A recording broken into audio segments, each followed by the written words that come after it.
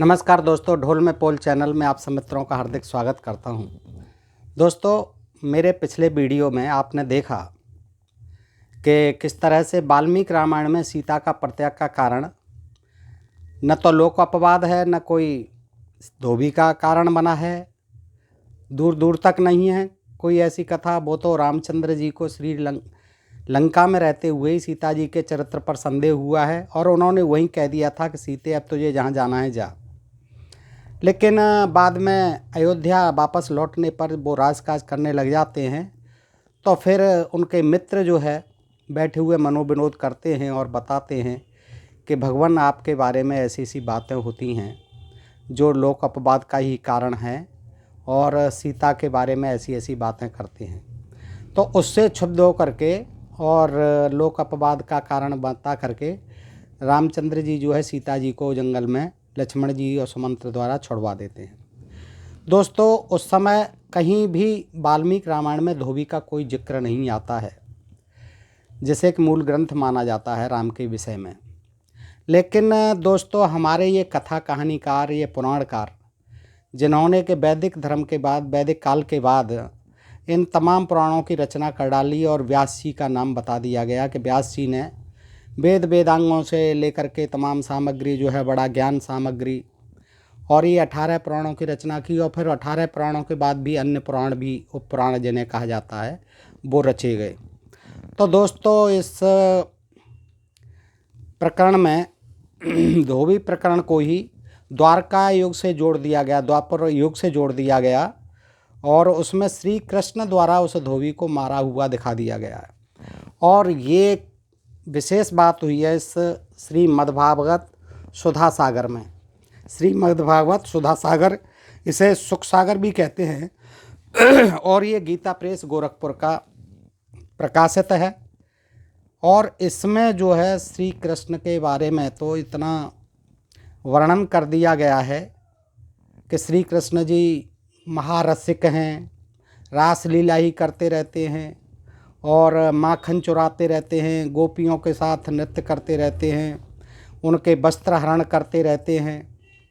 और जो महाभारत में कहानी नहीं थी कृष्ण जी के बारे में कुछ भी, वो इसमें जो है जोड़ दी गई हैं। वैसे ये जो है सब ग्रंथों का पुलिंदा बना दिया गया है, सब पुराणों का। उनमें से सब विविध कहानियाँ ले करके, चाहे वो शिव जी के बारे में हो, चाहे राम जी के बारे में हो, चाहे फिर कृष्ण जी के बारे में हो। कृष्ण जी के बारे में ज़्यादा लिखा गया है और इसकी ही कारण आजकल गली मोहल्लों में कथा कहानीकार जो है इन कथाओं को बड़ा चटखारा ले करके अपनी मित्र मंडली, बाजे मंडली के साथ 6-7 लोग इकट्ठे होते हैं और 6-7 दिन तक अपना धंधा जारी रखते हैं खाने पीने का। और ये कथा कहानियाँ श्री कृष्ण को टारगेट बनाकर करते हैं। वो महिमा भी बताते हैं इसे, लेकिन देखा जाए प्रत्यक्ष रूप से तो श्री कृष्ण जी योगी राज थे और उन्हें भगवान का अवतार भी माना जाता है। वो पूज्य थे, वो महान थे। लेकिन इन्होंने इन पुराणों के माध्यम से ऐसा धंधा बना रखा है कि श्री कृष्ण के नाम पर ये विविध कहानियाँ इसमें गढ़ दी गई हैं, जो कि दूर दूर तक जो है महाभारत में और गीता में कहीं नहीं मिलती हैं। गीता का ज्ञान उपदेश श्री कृष्ण जी ने दिया है। श्री कृष्ण योगी राज हैं, वो अवतार हैं। लेकिन उनकी आड़ में ये धंधेखोर जो है किस तरह बकवास करते हैं। और इन्होंने एक कथा जो है मैंने इसमें देखी, श्री कृष्ण का मथुरा जी में प्रवेश, कंस जो है मारने के लिए बुलाता है कि मैं जो है श्री कृष्ण को यहाँ बुला लाइए। अक्रूर जी को भेजता है, तो कृष्ण और बलराम दोनों मथुरा में आते हैं। तो मथुरा में आते हैं, उस समय उनका बड़ा भव्य स्वागत होता है, ऐसा ये कथा कहानीकार भी कहते हैं। और बड़ा भव्य स्वागत होता है और फिर इतना स्वागत होता है कि उनके कपड़े जो है ख़राब हो जाते हैं। तो फिर वे सोचते हैं कि भाई हम जो है कंस के दरबार में ऐसे कैसे जाएंगे, हमारे कपड़े तो स्वागत इतना हुआ है कि सारे कपड़े गंदे हो गए हैं, अब हमें नए कपड़े चाहिए। दोस्तों, बड़ी कहते हैं कि एक धोबी आ रहा है और ये करता है वो करता है, उससे मामा कहते हैं कि मामा हमें कपड़े दे दो। इस तरह से ये कथा कहानीकार, ये यूट्यूब पर भी आप देख लें कि वो राम जी का जो अपराधी था उसको राम जी ने नहीं मारा था, लेकिन कृष्ण जी ने उसका बदला लिया। और उसमें फिर दर्जी के घर गए हैं, उन पुराने कपड़ों को जो कंस के थे उनको कपड़ों को काट छांट करके उचित करवाया, अपने नाप का करवाया गया है। तब वो ग्वाल वाले श्री कृष्ण पहन के और तब उसके सुदामा माली के घर जाते हैं। वो फूल मालाओं से करता है उनका स्वागत। और फिर जो है वो कुब्जा के यहाँ जाते हैं, फिर सुनार के यहाँ जाते हैं, पता नहीं क्या क्या करते हैं। तो इस तरह से ये जातियों का बखान भी त्रेता युग के रूप में किया गया, त्रेता युग में भी बताया गया है। तो ये कथा कहानी बड़ी विचित्र हैं दोस्तों। और ये पूर्व जन्म की चीज़ें दिखाते रहते हैं, पूर्व जन्म में बहुत विश्वास करते हैं। 3-3 पीढ़ियों का, 3-3 जन्मों का विवरण इसमें मिलता है। इसी तरह श्री कृष्ण जी राम बनते हैं और लक्ष्मण जी इनके बड़े भाई जो हैं वो बलराम कहलाते हैं। और दोस्तों इसी तरह से मंथरा जो है कुब्जा बनती है और धोबी जो है वो राम का धोबी है, जो कि दूर दूर तक कहीं नहीं है रामायण में, वाल्मीकि रामायण में। तो दोस्तों ये बड़ा रोचक प्रसंग है और मैं चाहता हूँ कि आप इसे सुनें। तो देखिए, सुखदेव जी हैं महाराज। सुखदेव जी महाराज को आप जानते ही हैं, व्यास जी के पुत्र थे। और व्यास जी के बारे में आप जानते ही हैं कि वो मल्लाह की पुत्री के थे, पाराशर ऋषि से अवैध संतान थे। और उनके अवैध संतान जो है सुखदेव जी थे, जो कि घृताची नाम की अप्सरा पर रीझ गए थे और उससे ही वो सुखी का रूप धारण किया था और वो सुखदेव जी पैदा हुए थे। दोस्तों बड़ी विचित्र कहानी है इनके जीवन की भी, और यही सुखदेव जी भी परीक्षित को कथा सुनाते हैं। तो उसका जो है ये विवरण 10वें स्कंद है, श्रीमद् भागवत है। ये देखिए, ये जो है मुख्य धंधे का साधन है इन कथा कहानीकारों का दोस्तों। और ये बड़े चटखारे ले लेकर के समाज में इस तरह की जातिगत भावनाओं को भड़काते रहते हैं और विभिन्न हिंदू जातियों का अपमान करते रहते हैं और वैसे कहते हैं कि हम भी हिंदू, तुम भी हिंदू, और इस तरह की बातें करते हैं। तो दोस्तों आइए देखते हैं क्या होता है। परीक्षित जी कथा सुना रहे हैं, सुखदेव जी सुन रहे हैं। तो वो कहते हैं, हे परीक्षित, वसुदेव नंदन भगवान श्री कृष्ण और बलराम जी ने ग्वाल बालों के साथ राजपथ से मथुरा नगरी में प्रवेश किया। उस समय नगर की नारियां बड़ी उत्सुकता से उन्हें देखने के लिए झटपट अटारियों पर चढ़ गईं। यह वही प्रकरण है जिसमें कंस को मारा है कृष्ण ने। तो कंस ने ही बुलाया है, अक्रूर जी लिवा के लाए हैं और उसके बाद वो पैदल भ्रमण करते हैं, जा रहे हैं कंस के महल की तरफ। तो वहाँ राजपथ से मथुरा नगरी में प्रवेश किया। उस समय नगर की नारियां बड़ी उत्सुकता से उन्हें देखने के लिए झटपट अटारियों पर चढ़ गईं। किसी किसी ने जल्दी के कारण अपने वस्त्र और गहने उल्टे पहन लिए, किसी ने भूल से कुंडल, कंगन आदि जोड़े से पहने जाने वाले आभूषणों में से एक ही पहना और चल पड़ी। कोई एक ही कान में पत्र नामक आभूषण धारण कर पाई थी, तो किसी ने एक ही पाँव में पायजेब पहन रखा था। कोई एक ही आंख में अंजन आंज पाई थी और दूसरी में बिना आजे ही चल पड़ी। कई रमणियाँ तो भोजन कर रही थीं, वे हाथ का कौर फेंक कर चल पड़ी। अब सुखदेव जी महाराज जो वहाँ आंखों देखी वर्णन कर रहे हैं। देखो दोस्तों, वे हाथ का कौर फेंक कर चल पड़ी। सबका मन उत्साह और आनंद से भर रहा था। कोई कोई उबटन लगवा रही थीं, वे बिना वस्त्र किए ही दौड़ पड़ी। जो सो रही थीं वे कोलाहल सुनकर उठ खड़ी हुईं और उसी अवस्था में दौड़ चलीं। जो माताएं बच्चों को दूध पिला रही थीं वे उन्हें गोद से हटाकर भगवान श्री कृष्ण को देखने के लिए चल पड़ीं। कमल नयन भगवान श्री कृष्ण मत वाले गजराज के समान बड़ी मस्ती से चल रहे थे। उन्होंने लक्ष्मी को भी आनंदित करने वाले अपने श्याम सुंदर विग्रह से नर नारियों के नेत्रों को बड़ा आनंद दिया और अपनी विलासपूर्ण प्रगल्भांसी और प्रेम भरी चितवन से उनके मन चुरा लिए।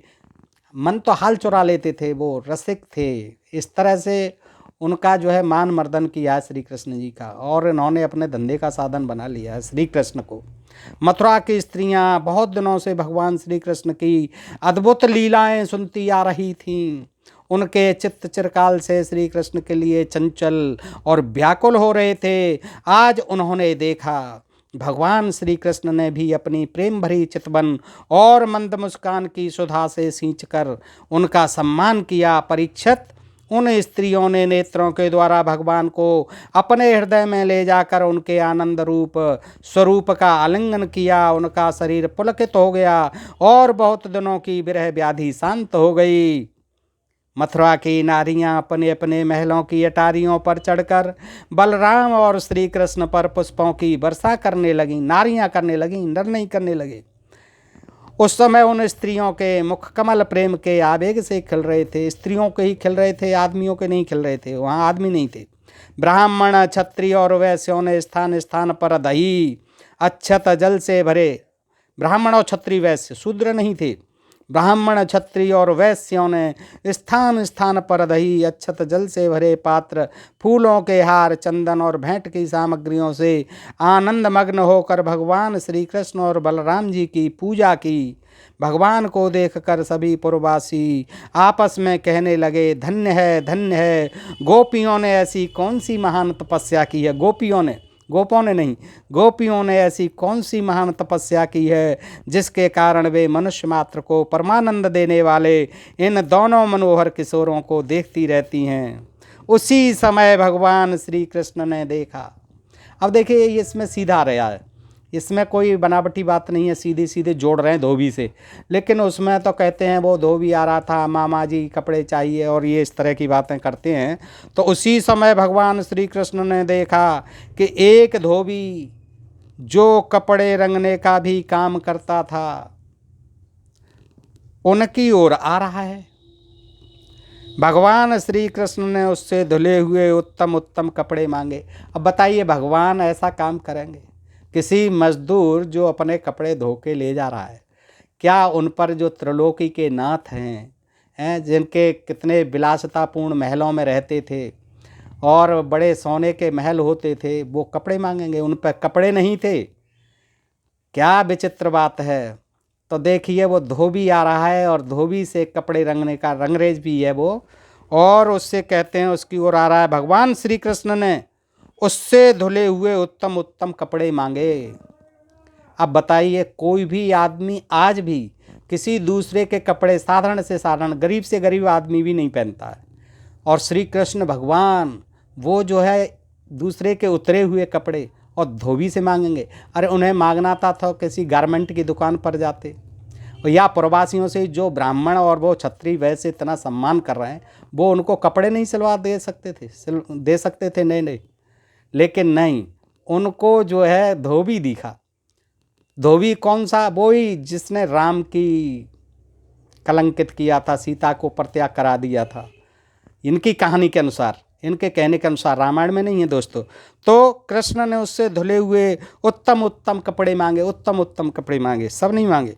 भगवान ने कहा, भाई तुम हमें ऐसे वस्त्र दो। भगवान जी कहते हैं ऐसा, भाई भी कहते हैं वो कहते हैं कि मामा जी कहा था, भाई तुम हमें ऐसे वस्त्र दो जो हमारे शरीर में पूरे पूरे आ जाएं। अब बताइए, ये कैसे संभव है? बच्चों के कपड़े हैं कि स्त्रियों के कपड़े हैं कि बड़ों के कपड़े हैं? ऐसे कपड़े वो धोबी कैसे दे दे? दूसरों के पहने हुए हैं, धुले हुए हैं। माना कि वो कंस के ही हैं, ठीक है, अच्छे होंगे, लेकिन क्या श्री कृष्ण इतने पतित थे कि वो जो है दूसरों के वस्त्र पहनेंगे? खास तौर से जिसे मारने जा रहे हैं, जो अब उनका मामा है दुष्ट कंस, उसके कपड़े मांगेंगे? और वो जानते नहीं थे, मर्यादा पुरुषोत्तम है श्री कृष्ण जी, सब कुछ जानते हैं। अब ये मान लिया जाए कि वो सब कुछ जानते थे फिर भी धोबी से पंगा ले रहे थे, तो वो बात एक अलग हो जाती है दोस्तों, क्योंकि उन्हें बदला लेना था, ऐसा ये दिखाते। भाई तुम हमें ऐसे वस्त्र दो जो हमारे शरीर में पूरे पूरे आ जाएं। वास्तव में हम लोग उन वस्त्रों के अधिकारी हैं। देखिए, वास्तव में अब कितना झूठ बोलते हैं श्री कृष्ण जी। क्यों अधिकारी हो? दूसरे के कपड़े हैं। कोई आज धोबी कपड़े धो के ले जाए, प्रेस करके ले जाए, कोई मैं कहने लग जाऊं कि भाई मुझे दे दो, मैं अधिकारी हूं, तो ये कौन सी बात हुई? ये तो ज़बरदस्ती, धींगा मुश्ती और तानाशाही हो गई, ये सामंतगिरी हो गई कि ये मैं इनका अधिकारी हूं। भाई इसमें संदेह नहीं कि यदि तुम हम लोगों को वस्त्र दोगे तो तुम्हारा परम कल्याण होगा। ये भी है, या तो दे दो, नहीं तो समझ लो दे दोगे तो परम कल्याण हो जाएगा आपका। परीक्षित, भगवान सर्वत्र परिपूर्ण है। अब देखिए, वो समझाते हैं कि भगवान सर्वत्र हैं, परिपूर्ण हैं, सब कुछ उन्हीं का है। बिल्कुल सब कुछ उन्हीं का है, तीनों लोकों के स्वामी हैं। फिर धोबी से क्यों पंगा लेना? दूसरों के कपड़ों के साथ क्यों पंगा लेना? फिर भी उन्होंने इस प्रकार मांगने की लीला की। यहाँ भी इसे लीला बता रहे हैं। जो भी काम किया है, अटपटा चटपटा छटपटा खटपटा, वो सब लीला बता दिया है। चाहे वो रास लीला हो, चाहे वस्त्र हनन लीला हो, चाहे माँ कंचोरी लीला हो, चाहे उनकी मटकी फोड़ने की लीला हो, चाहे उनके साथ रास नृत्य करने, जो भी हो उसको जो है लीला कह दिया गया है। और श्री कृष्ण के चरित्र को इतना बिगाड़ के रख दिया है कि उनको कैसे भगवान समझा जाए, इसमें भी संदेह होता है। तो परंतु वह मूर्ख राजा कंस का सेवक होने के कारण मतवाला हो रहा था। देखिए बेचारा कैसे मतवाला हो रहा था, कहाँ मतवालेपन की आ गई बात, कहाँ उसने कोई अपशब्द कहा, कहाँ कोई कुछ कहा। वो तो अभी मांग रहे हैं और वो अभी सुन रहा है, तो वो तो आश्चर्य में है धोबी कि ये कह क्या रहे हैं श्री कृष्ण जी मुझसे। और वो कहते हैं कथा कहानीकार के वो जो है ऐसे कहने लगा, अरे तुम तो अहीर हो, तुम तो वनों में रहने वाले हो, तुम तो गाय चराते हो, तुम नंगे पाँव रहने वाले हो, तुम रूखी रोटी बासी रोटी खाने वाले हो, तुम क्या जानते हो, ये कंस राजा के कपड़े हैं, ये इन्हें तुम पहनने के काबिल नहीं हो। इस तरह की कथा कहानियाँ बड़ी चटपटी बना करके बड़े चटखारे के साथ बताते हैं कि धोबी बड़ा जुल्मी था।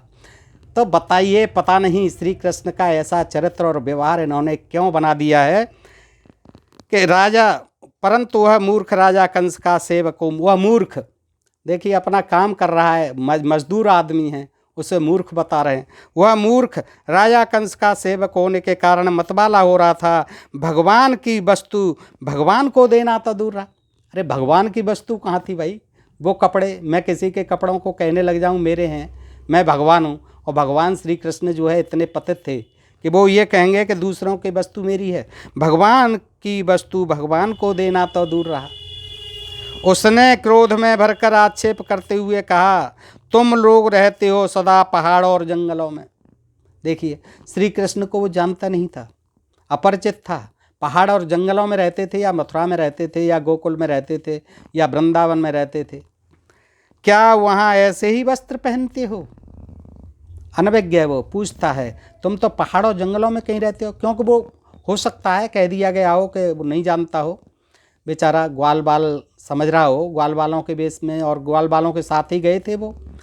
तो तुम लोग बहुत उद्दंड हो गए हो और तभी तो ऐसी बढ़ चढ़ कर बातें करते हो। अब तुम्हें राजा का धन लूटने की इच्छा हुई है। धन कहाँ था? उतरन थी, कपड़े थे, धुले हुए लेके जा रहे थे। तो वो कहते हैं कि तुम्हें राजा का धन लूटने की इच्छा हुई, ऐसा कहलवा दिया गया धोबी के मुख से।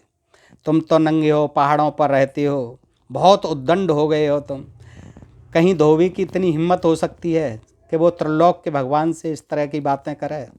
लेकिन अपमान कराना है, धोबी को बुरा बताना है, धोबी हिंदू नहीं है ऐसा सिद्ध करना है, या हिंदुओं का बहुत बड़ा दुश्मन है धोबी। तो ये देखिए इस तरह की जाति पाति की बातें इन ग्रंथों में लिखी हुई है। अरे मूर्खो जाओ भाग जाओ, मूर्खो जाओ भाग जाओ, यदि कुछ दिन जीने की इच्छा हो। जीने की इच्छा, देखिए कहाँ तक बातें करता है धोबी। यदि कोई कुछ दिन जीने की इच्छा हो तो फिर इस तरह मत मांगना। राज कर्मचारी तुम्हारे जैसे उच्छृंखलों को कैद कर लेते हैं, मार डालते हैं, और जो कुछ उनके पास होता है छीन लेते हैं। जब वह धोबी इस प्रकार बहुत कुछ बहक बहक कर बातें करने लगा, तब भगवान श्री कृष्ण ने तनिक कुपित होकर उसे एक तमाचा जमाया। देखिए जिन श्री कृष्ण भगवान ने महाभारत जैसे महाभयंकर युद्ध में एक तमाचा नहीं किसी को दिया, किसी की तरफ उंगली नहीं उठाई, किसी को नहीं उन्होंने मारा, बेशक मरवाए थे, उन्होंने खुद ने किसी को नहीं मारा, लेकिन यहाँ पर एक साधारण गरीब मजदूर को, जो कि कंस का धोबी है, इतने ही पे उसने इतनी बात कह भी दी। मान लीजिए जिस जरासंध ने उन्हें 100 गालियाँ दी थी उसको नहीं मारा था, 99 गालियाँ दी थी, 100वीं गाली पर उसे मारा था माना के। लेकिन उनके अंदर कितनी सहनशीलता थी, और इतनी सहनशीलता होते हुए भी क्या वो जरा सी बात पर धोबी को मारेंगे? कदापि नहीं। ये बिल्कुल मनगढ़ंत बात है, बिल्कुल असंगत बात है, बिल्कुल एक जाति को बदनाम करने की बात है, उस जाति को अपमानित करने की बात है, कलंकित करने की बात है, और त्रेता युग से लेकर के द्वापर युग तक उसको बदनाम करने की बात है। वहाँ भी कोई उसका मकसद नहीं था, और यहाँ भी कोई मकसद नहीं है कृष्ण को मारने का, न कोई उद्देश्य बनता है और न कोई कारण बनता है। लेकिन इसके बाद क्या, तब भगवान श्री कृष्ण ने तनिक कुपित होकर उसे एक तमाचा जमाया। केवल तमाचा जमाया, उन्होंने चक्र सुदर्शन नहीं चलाया, तमाचा जमाया और उसका सिर धड़ाम से धड़ से नीचे जा गिरा। देखिएगा, एक तमाचे से आप सोच सकते हैं मार भी दिया होगा, मान लिया जाए तो एक क्या 4 तमाचे भी मारे होंगे तो भी कोई नहीं मरता है। और उसका धड़ कैसे अलग हो गया? क्या उनके हाथ में आरा लगा हुआ था? क्या लगा हुआ था? दोस्तों, इस प्रकार की ये बकवास कहानी लिख दी गई है और इसे बड़े चटखारे ले लेके आप देख सकते हैं यूट्यूब पर भी कितने मज़े लेते हैं सुनाने वाले, और खूब धंधा करते हैं। 7 दिनों तक ऐसी ही कहानियाँ सुनाते रहते हैं दोस्तों। तो एक तमाचा जमाया और उसका सिर धड़ाम से धड़ से नीचे जा गिरा। यह देखकर उस धोबी के अधीन काम करने वाले, अब बताइए वो अकेला जा रहा था, यहाँ क्या उसकी जो है फैक्ट्री चल रही थी कि उसके साथ धोबी के काम करने वाले सबके सब कपड़ों के गट्ठर वहीं छोड़कर इधर उधर भाग गए। अब यहाँ गट्ठर दिखा दिए, तमाम धोबी और भी दिखा दिए, मारा एक ही को, एक ही पल्ले पड़ पाया। भगवान ने उन वस्त्रों को ले लिया, लूट लिए, वो तो भगा दिए, एक मार दिया। बताइए इस प्रकार का कृत्य करेंगे श्री कृष्ण जी? और अगर इस तरह का कृत्य करते थे, हमें संदेह है कि वो भगवान नहीं थे, वो लुटेरे थे और हत्यारे थे। दोस्तों, ये कोई भी हो, हम यही कहेंगे कि इस तरह का कोई निरपराध को मारेगा, किसी मजदूर को मारेगा, तो वो कदापि भगवान नहीं हो सकता। ये श्री कृष्ण का मान मर्दन किया गया है, उन्हें कलंकित किया गया है। करने इधर उधर भाग गए। भगवान ने उन वस्त्रों को ले लिया। भगवान श्री कृष्ण और बलराम जी ने मनमाने वस्त्र पहन लिए तथा बचे हुए वस्त्रों में से बहुत से अपने साथी ग्वाल वालों को भी दे दिए, लूट लिए सारे वस्त्र। बहुत से कपड़े तो वहीं जमीन पर ही छोड़कर चल दिए। बहुत से बेकार थे, जो नहीं आ रहे थे उन्हें वहीं पर टक के चल दिए। बताइए, भगवान श्री कृष्ण और बलराम जब कुछ आगे बढ़े तब उन्हें एक दर्जी मिला। लो साहब, दर्जी भी आ गया। भगवान का अनुपम सौंदर्य देखकर उसे बड़ी प्रसन्नता हुई दर्जी को। उसने रंग बिरंगे सुंदर वस्त्रों को उनके शरीर पर ऐसे ढंग से सजा दिया कि वे सब ठीक ठीक फब गए। अब वो ढीले ढाले थे श्री कृष्ण जी के, बलराम जी के, बड़े थे, कंस के जो है होंगे, तो उनके नहीं बन रहे थे। उन्होंने सोचा कि चलो किसी दर्जी से यार फिटिंग करा लेते हैं। तो रास्ते में दर्जी की दुकान मिलती है और दर्जी की दुकान में घुस जाते हैं कि यार इसे तू जो है हमारे फिट कर दे। तो दर्जी ने तुरंत जो है देखा, रे ये तो श्री कृष्ण भगवान हैं, बलराम हैं।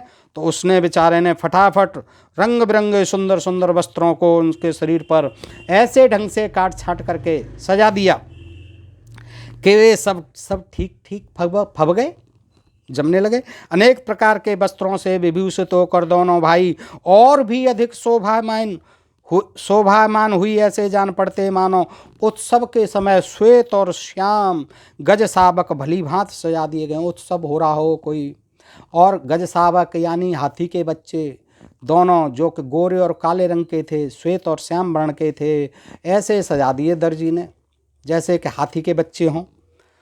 भगवान श्री कृष्ण उस दर्जी पर बहुत प्रसन्न हुए। देखिए, दर्जी पर बहुत खुश हुए कि तूने यार बहुत अच्छा काम किया, बहुत प्रसन्न हुए। उन्होंने उसे उसी लोक में, इस लोक में भरपूर धन संपत्ति, अब उस अपने पास से धन संपत्ति उसे तो दे रहे हैं दर्जी को, और वैसे दूसरों के कपड़े लूट रहे हैं। उतरन जो है धन संपत्ति, बल, ऐश्वर्य, अपनी स्मृति और दूर तक देखने सुनने आदि की इंद्रिय संबंधी शक्तियाँ दी। और खुद जो है उनकी दूर तक देखने की शक्ति नहीं है कि ये धोबी है, मामूली सा मजदूर है, उसे लूट रहे हैं। लेकिन दर्जी को उन्होंने दूर तक अपने जैसी देखने सुनने की स्मृति दे दी, इंद्रिय संबंधी शक्तियां दे दी, और मृत्यु के बाद के लिए अपना सारूप्य मोक्ष भी दे दिया। मरने के बाद भी लिख गए कि तू मेरे साथ चलना, सारूप्य मोक्ष दे दिया, मेरे लोक में, गोलोक में रहना। उस पर इतने खुश हो गए। इसके बाद भगवान श्री कृष्ण सुदामा माली के घर गए। उन्होंने कहा माला वाला तो डलवा लें, ऐसे तो अच्छे नहीं लग रहे हैं, दर्जी ने तो अच्छा काम कर दिया।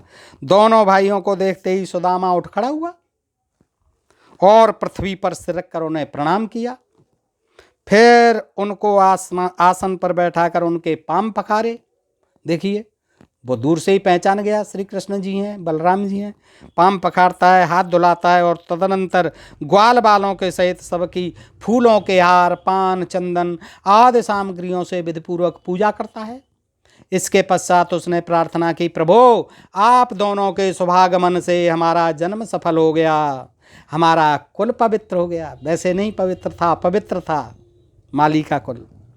आज हम पितर ऋषि देवताओं के ऋण से मुक्त हो गए, आप हमारे दरवाजे पर पधारे, वे हम पर परम संतुष्ट हैं। उसे मालूम पड़ गया कि देवता भी वहाँ खुश हो गए, पितर भी खुश हो गए। आप दोनों संपूर्ण जगत के परम कारण हैं। आप संसार के अभ्युदय, उन्नति और निःश्रेयस मोक्ष के लिए इस पृथ्वी पर अपने ज्ञान बल आदि अंशों के साथ अवतीर्ण हुए हैं। यद्यपि आप प्रेम करने वालों से ही प्रेम करते हैं, प्रेम करने वालों से ही प्रेम करते हैं, और जो प्रेम नहीं करते हैं उनको मार डालते हैं। प्रेम करते हैं, भजन करने वालों को ही भजते हैं, आप भी उन्हें भजते हैं जो आपको भजते हैं। भजन करने वालों को ही भजते हैं आप, फिर भी आपकी दृष्टि में विषमता नहीं है। अब विषमता तो है ही कि केवल भजने वालों को ही भजते हैं और प्रेम करने वालों से ही प्रेम करते हैं। अब दर्जी तो चापलूसी कर रहा है कि वो माली, क्योंकि आप सारे जगत के परम सुहृद और आत्मा हैं। आप समस्त प्राणियों और पदार्थों में समरूप से स्थित हैं। मैं तो आपका दास हूँ। आप दोनों मुझे आज्ञा दीजिए कि मैं आप लोगों की क्या सेवा करूँ। भगवान जी पर आपका यह बहुत बड़ा अनुग्रह है, पूर्ण कृपा प्रसाद है कि आप उसे आज्ञा देकर किसी कार्य में नियुक्त करते हैं। राजेंद्र, सुदामा माली ने इस प्रकार प्रार्थना करने के बाद भगवान का अभिप्राय जानकर बड़े प्रेम और आनंद से भरकर अत्यंत सुंदर सुंदर तथा सुगंधित पुष्पों से गुथे हुए हार उन्हें पहनाए। जब ग्वाल बाल और बलराम जी के साथ भगवान श्री कृष्ण उन सुंदर सुंदर मालाओं से अलंकृत हो चुके, तब उन वरदायक प्रभु ने प्रसन्न होकर विनीत और शरणागत सुदामा को श्रेष्ठ वर दिए, उसको भी वर दिए। सुदामा माली ने उनसे वर मांगा, क्या मांगा?